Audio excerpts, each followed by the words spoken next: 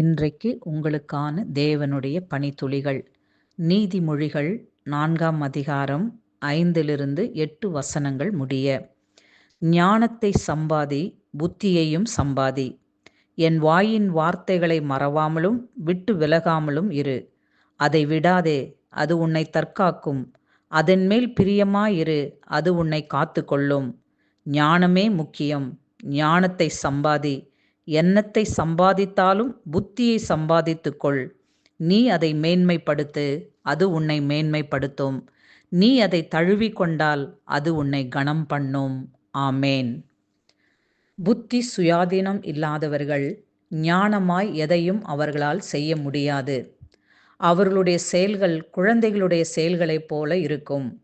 ஆனால் புத்தி உள்ளவர்களோ எல்லாவற்றையும் ஞானத்துடன் செயல்படுவார்கள். எனவே ஒரு மனிதன் இந்த பூமியில் தன் வாழ்வை செம்மையாய் நடப்பிக்க புத்தியும் ஞானமும் எவ்வளவு முக்கியம் அல்லவா? அதுபோல ஆவிக்குரிய வாழ்விலும் தேவனுக்கு பிரியமாய் வாழ்ந்து அவருடைய சித்தத்தை இந்த பூமியில நிறைவேற்ற புத்தியும் ஞானத்தையும் பெற்றுக்கொள்ள வேண்டும். பிரியமானவர்களே, இந்த புத்தியையும் ஞானத்தையும் தேவன் நமக்கு கொடுத்துள்ள தேவ வசனத்தின் மூலம்தான் பெற முடியும். புத்தியுள்ள ஸ்திரீ தன் குடும்பத்தையும் தன் வாழ்வையும் தன் பிள்ளைகளையும் தங்களுக்கு உண்டான எல்லாவற்றையும் பாதுகாக்கிறாள்.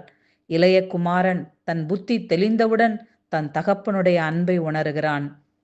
இப்படிப்பட்ட மேன்மையான காரியங்களை தேவன் தன்னுடைய வார்த்தையின் மூலம் நமக்கு எழுதி வைத்திருக்கிறார். தேவன் தமது வார்த்தையின் மூலம் நமக்கு கொடுத்துள்ள புத்தியையும் ஞானத்தையும் புதையலை தேடுகிறது போல அவருடைய வார்த்தையில் நாம் தேடுவோமானால் நாம் ஒவ்வொருடைய வாழ்வும் ஆழமாய் தோண்டி அஸ்திபாரம் போடப்பட்ட வீட்டை போல இருக்கும். இப்படிப்பட்ட திட அஸ்திபாரம் உள்ள அசைக்க முடியாத வாழ்வாய் உங்கள் ஒவ்வொருடைய வாழ்வையும் தேவன் நிலைநிறுத்துவாராக. ஆமேன். God bless you all.